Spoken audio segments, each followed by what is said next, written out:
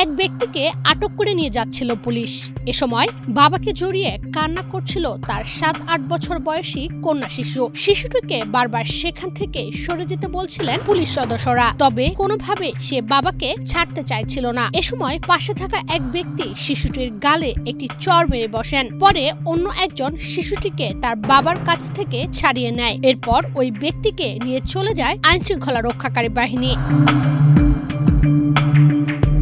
শিশুটিকে চড় মারার এই ভিডিও সামাজিক যোগাযোগ মাধ্যমে ছড়িয়ে পড়ার পর ব্যাপক বিতর্কের জন্ম দিয়েছে। ভিডিওটি শেয়ার করে বাবার সামনে এভাবে সন্তানকে মারার সমালোচনা করছেন অনেকেই। কেউ কেউ আবার শিশুটিকে চড় মারার জন্য পুলিশকে দায়ী করছেন।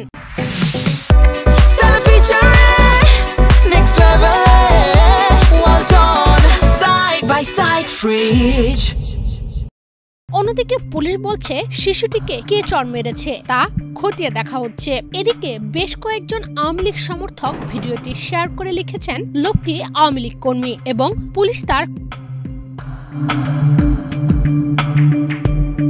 খোঁজ নিয়ে জানা গেছে 23 অক্টোবর বৃহস্পতিবার রাজধানীর মোহাম্মদপুর থানাধীন জেনেভা ক্যাম্প থেকে এক ব্যক্তিকে গ্রেফতারের সময় এ ঘটনা ঘটে। গত কয়েকদিন ধরেই মাদক কারবারিদের সংঘাতে বিশৃঙ্খল পরিস্থিতি বিরাজ করছে জেনেভা ক্যাম্পে। সর্বশেষ বৃহস্পতিবার ভোরে দুই পক্ষের সংঘাতের সময় ককটেল বিস্ফোরণের ঘটনায় মোহাম্মদ জাহিদ নামে এক তরুণ সেখানে নিহত হন। এর প্রেক্ষিতে এদিন রাতে জেনেভা ক্যাম্পে অভিযান চালিয়ে পুলিশ কয়েকজনকে গ্রেফতার করে। সন্দেহভাজন হিসেবে ওই ব্যক্তিকে গ্রেফতারের সময় শিশুটিকে চড় মারার ভিডিওটি মোবাইলে ধারণ করেন কেউ একজন।